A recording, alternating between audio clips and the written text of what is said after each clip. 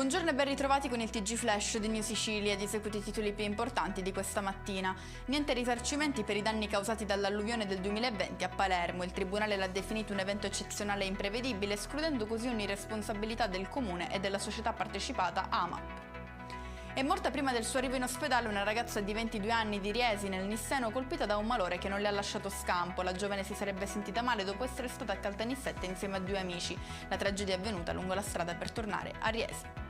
Tentato omicidio da Agrigento, dove un sessantenne ha aggredito la figlia di 34 anni, infliggendole 7 coltellate alle prime luci dell'alba. Resta ancora sconosciuto il movente.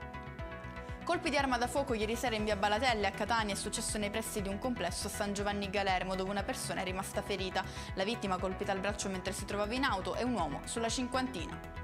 Ci spostiamo a Vittoria, dove ieri è scoppiata una violenta rissa. Il bilancio è di 2 feriti, entrambi trasportati in ospedale dai sanitari del 118. La polizia indaga per ricostruire la dinamica dell'accaduto.